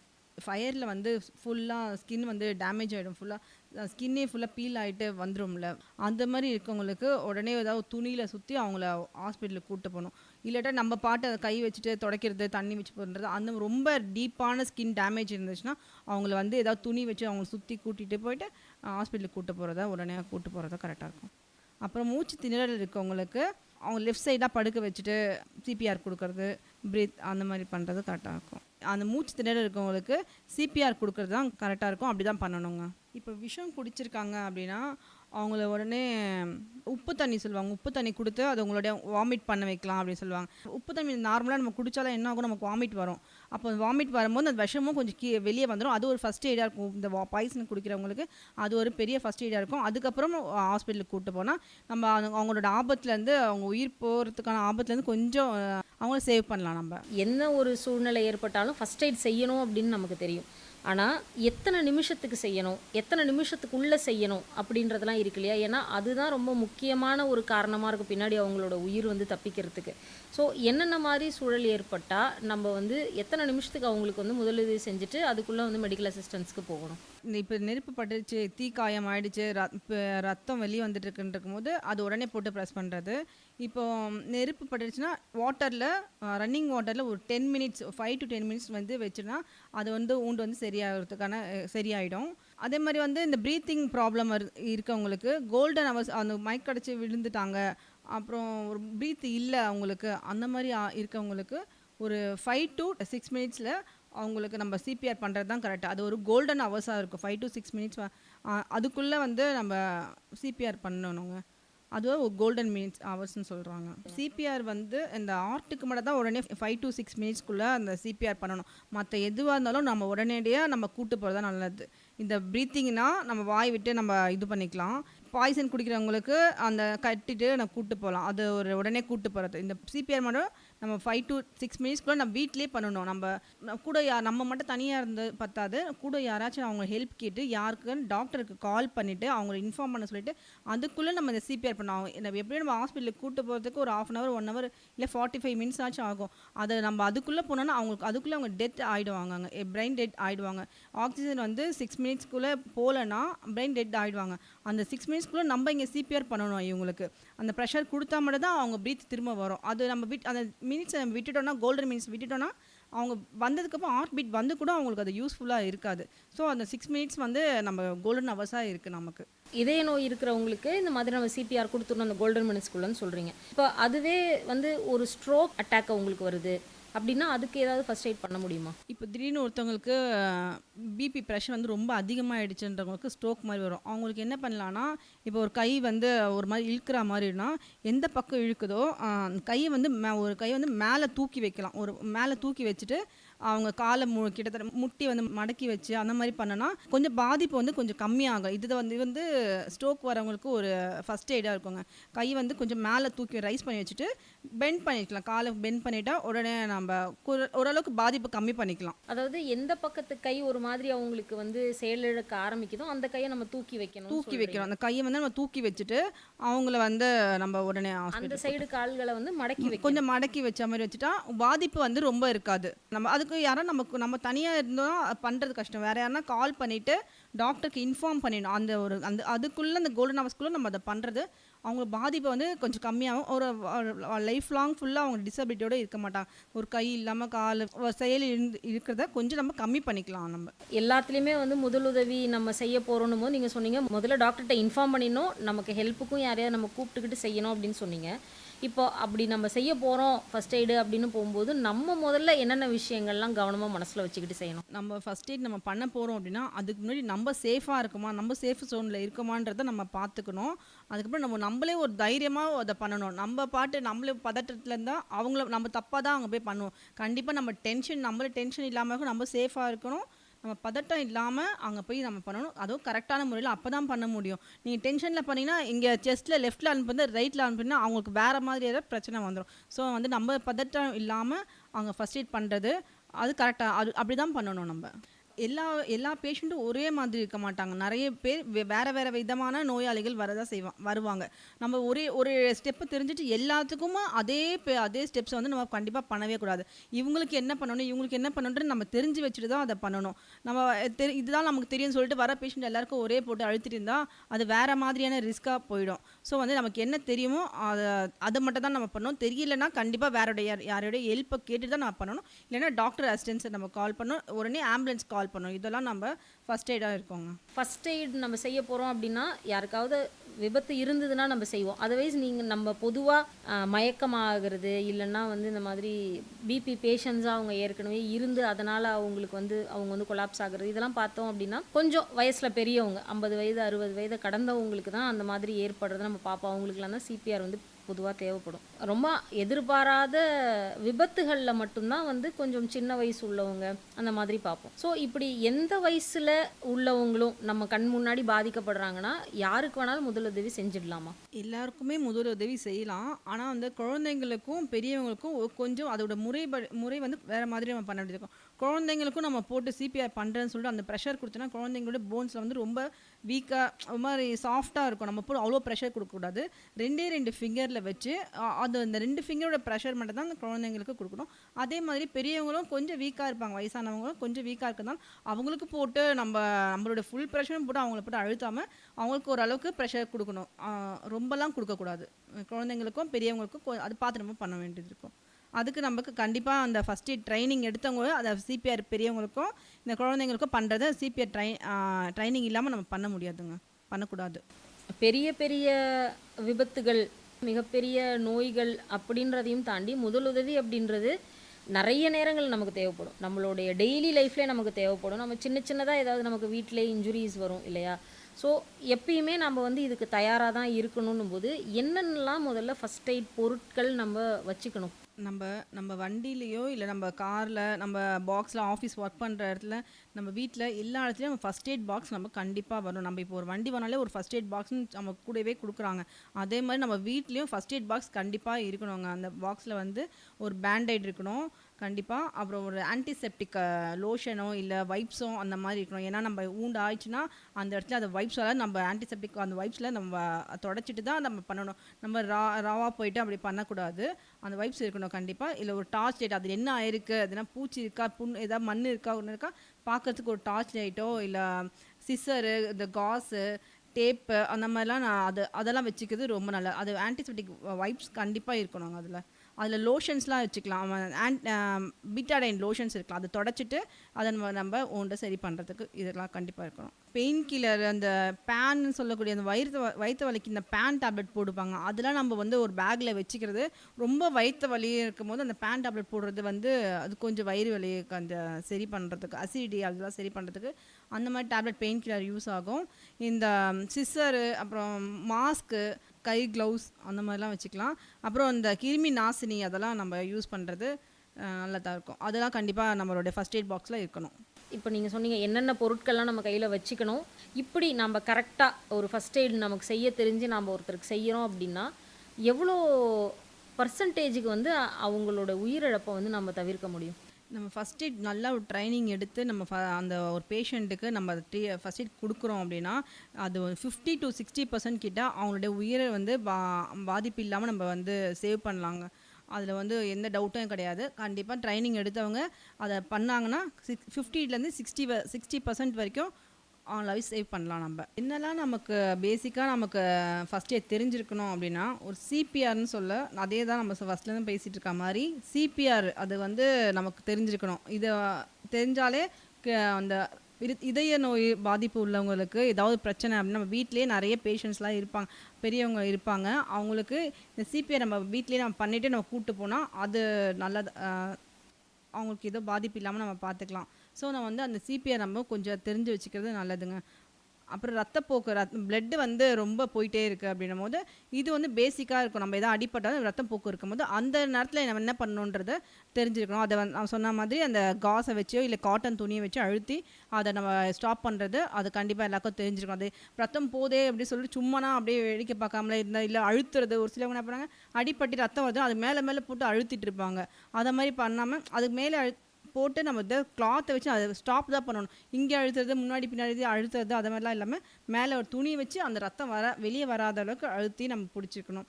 இப்போ ஏதோ ஃப்ராக்சர் ஆகிடுச்சு, ஆக்சிடெண்ட்டில் ஃப்ராக்சர் ஆகிடுச்சு அப்படின்னா, இப்போ கை ஃப்ராக்சர் ஆகிடுச்சுன்னா அவங்கக்கிட்ட ஷோல்டர் அளவுக்கு கையை வந்து தூக்கி வைக்கிற அளவுக்கு நம்ம வச்சுக்கணும். நம்ம கையை தொங்க போடாமல் ஃப்ராக்சர்னு நம்ம பார்த்தோன்னே நமக்கு தெரியாது. நம்ம போய் எக்ஸ்ரே ஸ்கேன்லாம் எடுத்து பார்த்தா மட்டும்தான் அது ஃப்ராக்சர் தெரியும். அவங்க பாதிப்பு அவங்க தொங்க போட முடியல, வீக்கம் வந்துடுச்சு டக்குன்னு அப்படின்ற பட்சத்தில் அது ஃப்ராக்சராக இருக்கிறதுக்கு வாய்ப்பு இருக்குது. ஸோ வந்து அந்த கையை நம்ம தூக்கி வச்சு தான் டாக்டர்கிட்ட போகும்போது தூக்கி வச்சு கூப்பிட்டு போகிறது நல்லது. மூச்சு திணறல் வந்தது அப்படின்னா அவங்கள ஃபஸ்ட்டு ஒரு இடத்துல அவங்கள நல்ல ஒரு சேஃபான ஒரு பிளேஸில் உட்கார வச்சுட்டு அவங்க தண்ணி கொடுக்கணும். ஃபஸ்ட்டு தண்ணி குடிச்சு அவங்கள வந்து காம் டவுன் பண்ணணும். ஃபஸ்ட்டு அவங்கள போட்டு நம்ம எல்லாரும் மூச்சு திணறாங்களே சொல்லிட்டு எல்லாரும் அவங்கள வந்து சூழ்ந்துட்டு அவங்கள இன்னும் தான் மூச்சு திணறுவாங்க தவிர அவங்கள ஒரு காத்தோட்டமான ஒரு பகுதியில் உட்கார வச்சு அவங்கள வந்து காம் டவுன் பண்ணி உட்காந்தா எங்களுக்கு மூச்சு திணறா இது படுக்குதான் அவங்க காமாக இருக்காங்கன்னு பார்த்தா அவங்களுக்கு எப்படி சேஃபாக இருக்கணும் அதை தான் நம்ம பண்ணணும். போட்டு நம்ம அழுத்திட்டு இருக்கக்கூடாது. கொஞ்சம் அவங்க வென்டிலேஷன் கொடுக்கணும் நமக்கு. அப்போ அவங்களுக்கு கொஞ்சம் மூச்சு திணறல் நார்மல் ஆகிடுவாங்க. இப்போ நம்ம ஒரு வெட்டுக்காயம் பெருசாக ஒரு வெட்டுக்காயம் மாதிரி ஆயிடுச்சு அப்படின்னா அவங்களுக்கு ஃபஸ்ட்டு அது காயம் பட்ட இடத்த வந்து ஏதோ ஒரு ஆன்டிசெப்டிக் ஏதாவது லோஷன் மாதிரி போட்டு அந்த இடத்த க்ளீன் பண்ணிவிட்டு தண்ணியில் போட்டு தண்ணி லோஷன்ஸ் அதெல்லாம் போட்டு க்ளீன் பண்ணிவிட்டு அதுக்கப்புறம் ரத்தம் நிற்கிற அளவுக்கு அவங்கள போட்டு அதை ப்ரெஷர் கொடுத்து நிறுத்திடணும். அப்புறம் காயம் பட்ட இடத்த சுத்தமான ஒரு பேண்டேட் வச்சு அதை போட்டு ஸ்டிக் பண்ணிவிட்டு அதுக்கப்புறம் உடனே காயம் வந்து ரொம்ப பெருசாக சின்னதாக இருக்குன்னா அப்படின்னா ஓகே விட்டுடலாம். பெருசாக இருக்குது, ரொம்ப பெருசாக இருக்குது அப்படின்னா கண்டிப்பாக ஹாஸ்பிட்டலுக்கு கூப்பிட்டு போயிட்டு அவங்களுக்கு ட்ரீட்மெண்ட் கொடுக்கணும். இல்லாட்டி வந்து அது வீட்லேயே விட்டு இந்த கொப்பளை மாதிரி ஆயிடுச்சு அப்படின்னா மேலே வச்சு பின்ன வச்சு குத்துறது அதை நசுக்கிறது அதெல்லாம் பண்ணிங்கன்னா அது ஒரு தழும்பு மாதிரி ஆகிடும். ஒரு ஆழமாக அது அந்த ஊண்டு வந்து உள்ள வரைக்கும் போய்ட்டு அது தழும்பாக மாறிடும். ஸோ அதில் மாதிரி எதுவுமே கை வைக்காமல் அதை க்ளீன் பண்ண பண்ணிவிட்டு நம்ம உடனே ஹாஸ்பிட்டலுக்கு கூட்டின்னு போகணும் கண்டிப்பாக. அதை இப்போ நம்ம ரோட்டில் நம்ம போகிற வழியில் கீழே ஏதோ கல் தடுக்கி நம்ம கீழே விழுந்துட்டோம் அப்படின்னா சின்னதாக லைட்டாக ஒரு ஸ்கின் வந்து அப்படியே ஒரு தோல் பிஞ்சா மாதிரி வெட்டு காயம் பெருசாக இல்லாத அளவுக்கு சின்னதாக ஒரு சிறு காயங்கள் வரும் இல்லையா, அந்த தோல் வந்து பிரிஞ்ச மாதிரி அதுக்கு வந்து ஒரு வீட்லேயே இருக்கிற ஒரு சோப்பு தண்ணியில் வச்சு அது வாஷ் பண்ணிவிட்டு ஒரு ஓப்பனாகவே விட்டாலே அது சீக்கிரமாக சரியாயிடும். அதுக்கு ஹாஸ்பிட்டலுக்கு கூப்பிட்டு போகணுன்னு அவசியம் கிடையாது. வீட்லேயே இருக்க லோஷன்ஸ் வச்சு நம்ம க்ளீன் பண்ணாலே க்ளீனாக வச்சுக்கினாலே போதுமானதாக இருக்கும். அது சின்ன சின்ன காயங்களுக்கோ அல்லது வந்து சிராய்ப்புகள்லாம் இருக்குல்ல, கீழே விழுந்து அடிப்பட்டு அந்த கல் தேய்ஞ்சிடுச்சு அதுமாதிரி தோலில் தான் சிறு காயங்கள் வந்ததால் வெது வெதுப்பான நீரை வச்சு சோப்பு தண்ணியில் வெதுப்பான நீரை வச்சு அதை க்ளீன் பண்ணாலே போதுமானதாக இருக்கும். அதுக்காக ஹாஸ்பிட்டலுக்கு போகணுன்னு அவசியம் இல்லை. அந்த இடத்த க்ளீனாக வச்சிக்கினாலே போதும். அது பேண்டேடோ இல்லை நல்ல ஒரு துணியை வச்சு நம்ம அதை தொடச்சி எடுத்தாலே போதும். அது ட்ரையான ஒரு பிளேஸாக வச்சினாலே அந்த புண்ணு சீக்கிரமாகவே ஆறி போயிடும். இப்போ திடீர்னு ஒரு மாரடைப்பு பேஷண்ட் ஏற்கனவே அவங்க வந்து ஹார்ட் பேஷண்ட்டாக இருப்பாங்க. அவங்களுக்கு வீட்டிலேயே திடீர்னு அவங்க டேப்லெட்டில் ஒழுங்காக எடுத்துக்காமல் இருந்தாலோ இல்லை திடீர்னு வீட்டில் ஒரு மாரடைப்பு வந்துச்சு ஒரு மாதிரி நெஞ்சை பிடிச்சிட்டு நிற்கிறாங்க அப்படின்ற போது ஹாஸ்பிட்டலுக்கு நம்ம டாக்டர்கிட்ட கேட்டுட்டு ஆஸ்பிரின் ஒரு டேப்லெட் இருக்குது, அந்த டேப்லெட்டை நாக்கு அடியில் அதை வச்சுட்டு ஹாஸ்பிட்டலுக்கு கூப்பிட்டு போகிற வரைக்கும் அதனால எதுவும் பாதிப்பும் வராது. அவங்க மாரடைப்பு மேலே அவங்களுக்கு உயிர் போகிற அளவுக்கான பாதிப்பு இல்லாத அளவுக்கு அந்த ஆஸ்பிரின் டேப்லெட் நமக்கு ஹெல்ப்ஃபுல்லாக இருக்குங்க.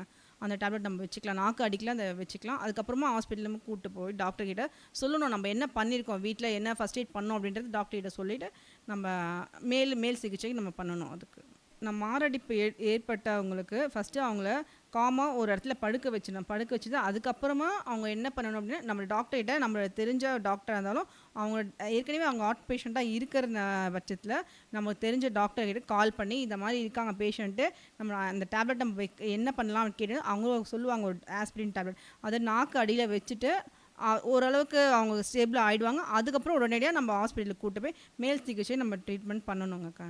இப்போ ஒரு குழந்தைங்களுக்கு ஒரு கரண்ட் ஷாக்கு மின்சாரம் பாதிப்புனால ஏதோ கரண்ட் ஷாக் அடிச்சிடுச்சு அப்படின்னா அவங்க உடனே அவங்கள போய் தொடாமல் ஃபஸ்ட்டு போய் கரண்ட்டு ஸ்விட்சை நம்ம ஃபஸ்ட்டு ஆஃப் பண்ணணும். ஆஃப் பண்ணிவிட்டு அதுக்கப்புறமா தான் நம்ம போய் அந்த குழந்தைய தொடரும். இல்லைனா நம்ம டேரெக்டாக போய் தொடரும் அந்த நமக்குமே அந்த எலக்ட்ரிக் ஷாக் நம்ம வரத்துக்கான வாய்ப்பு இருக்குது. ஃபஸ்ட்டு நம்ம ஸ்விட்சை ஆஃப் பண்ணிவிட்டு அந்த குழந்தைய நம்ம பத்திரமான ஒரு இடத்துல கூட்டு போய் நம்ம அந்த குழந்தைய காம் டவுன் பண்ணிவிட்டு அந்த குழந்தைக்கு சுயநலிவு இருக்கா அப்படின்னு பார்த்துட்டு அதுக்கப்புறமா நம்ம அந்த குழந்தைய ஹாஸ்பிட்டலுக்கு உடனே கூட்டு போகணும். அந்த குழந்தைக்கு கரண்ட் ஷாக் அடிச்சிருச்சுன்னா குழந்தை வந்து நார்மலாக இருக்கா, அது வந்து மூச்சு வருதா அப்படின்னு பார்க்கணும். அப்படி வராத பட்சத்தில் அந்த குழந்தைய வந்து தலையை வந்து கொஞ்சம் தூக்கி உட்கார வச்சுட்டு அதுக்கு மூச்சு வாய் வழியாக நம்ம விட்டு அந்த குழந்தைக்கு மூச்சு வர்றதுக்கு வழி நம்ம பண்ணணும். அது ஒரு நல்ல ஒரு ஃபஸ்ட் எய்டாக இருக்கும். அதுக்கப்புறமா நம்ம குழந்தைய கொஞ்சம் நார்மலாக ஸ்டேபிள் ஆனதுக்கப்புறமா ஹாஸ்பிட்டலுக்கு கூப்பிட்டு போகிறது நல்லதுங்க. அது தொடர்ந்து செஞ்சுட்டு அது குழந்தைய கூப்பிட்டு போகணும். மேம், இப்போ நிறைய விதமான ஆபத்துகள்லேருந்து எப்படி வந்து முதலுதவி செஞ்சு அவங்கள காப்பாற்றணும் அப்படின்னு சொன்னீங்க. இப்போ தண்ணியில் சிலர் வந்து மூழ்கிடுறாங்க இல்லையா, தவறி வந்து தண்ணிக்குள்ளே விழுந்துடுறது, நிறைய தண்ணியை வந்து உட்கொண்டுடுறது, அந்த மாதிரி ஆபத்தில் சிக்கினவங்களுக்கு எப்படி உதவி செய்யணும்? இப்போ வந்து குழந்தைங்க வந்து ஸ்விம்மிங் பூலில் நிறைய விளையாடுறதுக்கு ஆசைப்படுவாங்க. ஆனால் அவங்களுக்கு ஸ்விம் பண்ண தெரியாமல் டயர் மாதிரி போட்டு அந்த மாதிரிலாம் போட்டு நிறைய பாதுகாப்பான உபகரணங்கள்லாம் இருக்குது. அதெல்லாம் போட்டு ஸ்விம் பண்ணுவாங்க. சம்டைம்ஸ் அதெல்லாம் போடாமலே குழந்தைங்க விளையாட்டுத்தனமாக போயிட்டாங்கன்னா அவங்களுக்கு உள்ளே ஒரு ஆழமாக போயிட்டாங்கன்னா மூச்சு திணறி அப்படியே ஒரு மாதிரி ஆயிடுவாங்க. அவங்கள வந்து தலைமுடியை பிடிச்சி இழுத்துட்டு வெளியே வந்து படுக்க வச்சு அவங்கள வயிற்றில் நல்லா ஒரு ப்ரெஷர் கொடுத்து அழுத்தி வயிற்றில் போன தண்ணியை வந்து வாய் வழியாக வர அளவுக்கு அவங்க நம்ம பண்ணாதான் அது அவங்க ஸ்டேபிளாக ஆகிடுவாங்க. அது மாதிரி தான் நம்ம ஃபஸ்ட் எய்ட் பண்ணோம் இந்த மாதிரி தண்ணியில் முழுகிறவங்களுக்கு. இப்போது நம்ம தண்ணியில் போயிட்டு முழுகிட்டாங்க அப்படின்னா அவங்களோட முன்பக்கம் போகாமல் அவங்களுக்கு பின்பக்கமாக போயிட்டு அவங்க தலையை முடி பிடிச்சி அப்படி தான் நம்ம கூட்டிகிட்டு வரணும். நம்ம முன்னாடி போய் அவங்கள பிடிச்சோன்னா அவங்க பயத்தில் என்ன பண்ணுவாங்க, நம்மளையும் கையை பிடிச்சி நம்மளையும் இழுத்துட்டு நம்ம காப்பாற்றணும் அப்படின்ற இதில் வந்து நம்ம கையும் பிடிச்சி அவங்க இழுக்கிறதுக்கு முன் வருவாங்க, தவிர நம்மளையும் காப்பாற்ற விடாமல் பண்ணிவிடுவாங்க. ஸோ அவங்க பேக் சைடில் போயிட்டு அவங்கள முடியை பிடிச்சி அதை பிடிச்சி தான் நம்ம இழுத்துறோம். நம்ம கை பிடிச்சோ காலை பிடிச்சி இழுத்துனா நம்மளையும் அவங்கள விட்டுரும், நம்மளும் கூட அவங்க சேர்ந்து போயிட வேண்டியதான். ஸோ வந்து நம்ம தலைமுடியை பிடிச்சி தான் நம்ம மேலே கூப்பிட்டு வந்து ஃப்ளாட்டாக படுக்க வச்சுட்டு வயிற்றில் ப்ரெஸ் பண்ணி அந்த தண்ணியை வந்து வெளியே எடுக்கிறதுக்கு முயற்சி பண்ணணும். அப்படி தான் ஃபஸ்ட் எய்ட் பண்ணணும். இந்த மாதிரி ஸ்விம்மிங் பூலில் நம்ம விழுந்துட்டாங்க குழந்தைங்க அப்படின்னா மேம், சில நேரங்களில் வந்து நம்ம ஜாலியாக பேசிக்கிட்டு சிரிச்சுக்கிட்டு இல்லைனா கவனம் வேற எங்கேயோ வச்சுக்கிட்டு சாப்பிட்டுக்கிட்டு இருப்போம் இல்லையா, அந்த மாதிரி சாப்பிடும் பொழுது சில நேரம் போய் நம்மளோட மூச்சுக்குழாயில் வந்து சாப்பாடு அடைச்சிக்கும். அது கூட சில நேரங்களில் ரொம்ப உயிர் போகிற அளவுக்கே கூட சில நேரம் ஆபத்தாயிடும் இல்லையா? இப்போ நம்ம சாப்பிடும் போது பேசக்கூடாதுன்னு சொல்லுவாங்க. ஏன்னா அந்த பேசும்போது அந்த மூச்சுக்குள்ளையும் அந்த சாப்பாடு போய் அங்கே அடிச்சிடும். அதனால தான் சொல்லுவாங்க. அதை மாதிரி இந்த அளவுக்கு தவிர்க்க பார்க்கணும். ஸோ அது அடிச்சிச்சுன்னா உடனே தண்ணி குடிச்சிட்டு அது இது பண்ணுறது இல்லாமல் சோக் ஆயிடுச்சு அப்படின்னா முதுகில் தட்டுறதோ இல்லை தழுவி விடுறதோ அப்படி பண்ணுறது அவங்களுக்கு கரெக்டாக இருக்கும். இல்லை தலையில் தட்டுறது அது மாதிரிலாம் இல்லாமல் முதுகில் தட்டுறதே அவங்களுக்கு கரெக்டாக இருக்குங்க. அதுலேயே அவங்க கொஞ்சம் ஸ்டேபிளாக ஆகிடுவாங்க. மேம், இப்போ நீங்கள் குழந்தைங்க தவறி இந்த தண்ணியில் விழுறதை பற்றி சொன்னீங்க. இன்னும் ஒரு பெரிய ஆபத்து குழந்தைங்கக்கிட்ட எப்பயும் இருக்கிறது என்னென்னா, கையில் எது கிடச்சாலும் அதை வாயில் வைப்பாங்க இல்லையா. அதில் நிறைய நம்ம பார்க்குறது என்னென்னா, ரூபா நாணயத்தை வந்து குழந்தைங்க வந்து முழுங்கிடுவாங்க, இல்லை அந்த மாதிரி சின்ன சின்ன பொருட்களை வந்து குழந்தைங்க முழுங்கிடுறாங்க இல்லையா. ஸோ அந்த மாதிரி குழந்தைங்க முழுங்கிட்டாங்கன்னு தெரியும் போது அவசரமாக நம்ம ஹாஸ்பிட்டல் போகிறதுக்குள்ளே எப்படி அவங்கள சேவ் பண்ணுறது? இப்போ அந்த குழந்தைங்க நிறைய வீட்லேயே குழந்தைங்க வந்து விளையாடும் போது குட்டி குட்டி திங்ஸ்லாம் இருக்கும். அந்த திங்ஸ்லாம் வந்து வாயில் போட்டுருவாங்க, இல்லை காயின்ஸ் எடுத்து போடுவாங்க.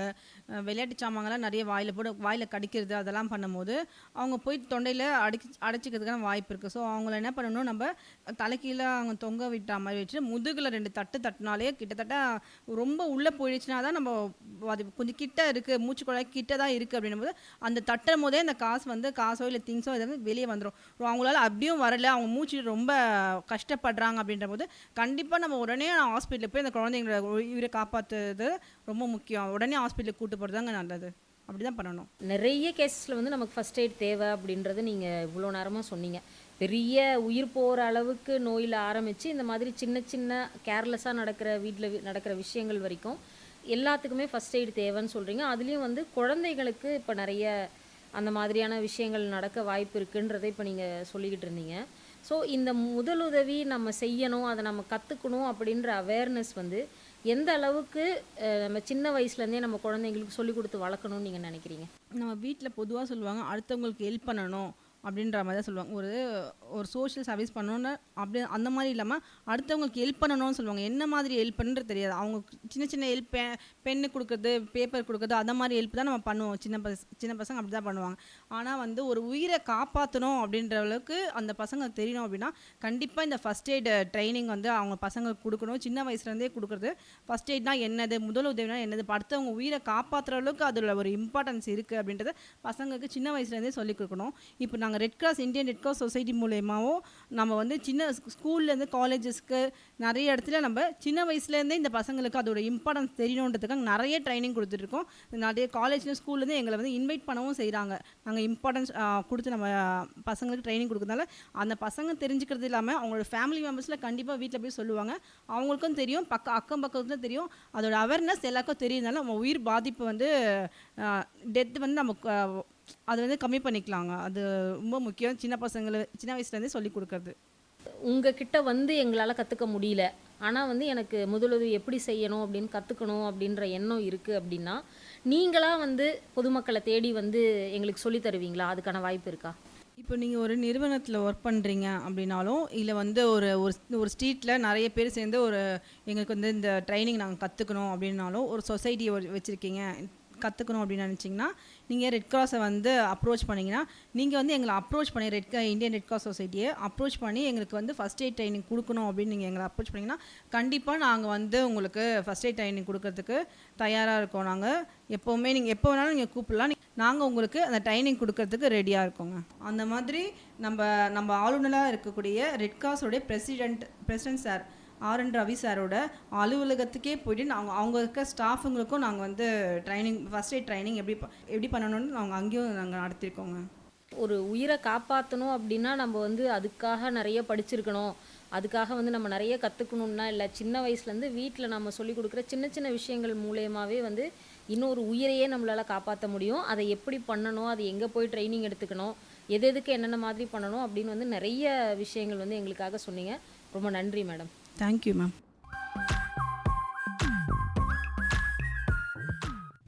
இதுவரை இன்றியமையா நொடிகள் தலைப்பில் செஞ்சிலுவை சங்கத்தின் திட்ட உதவியாளர் கே. கவியரசி அவர்களுடன் நேர்முகம் கேட்டீர்கள்.